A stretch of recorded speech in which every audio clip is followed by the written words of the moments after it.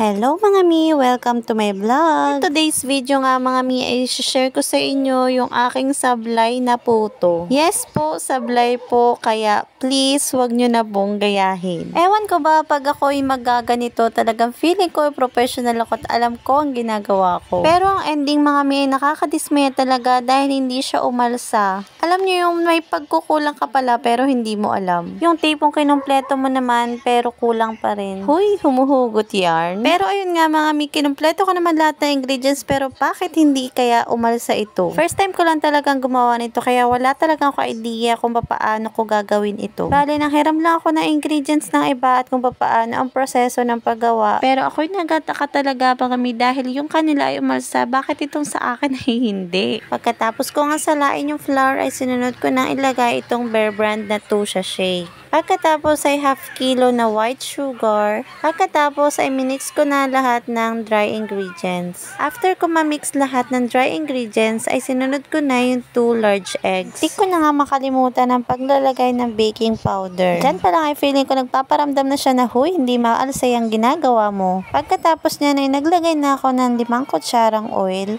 at 3 kutsarang vanilla.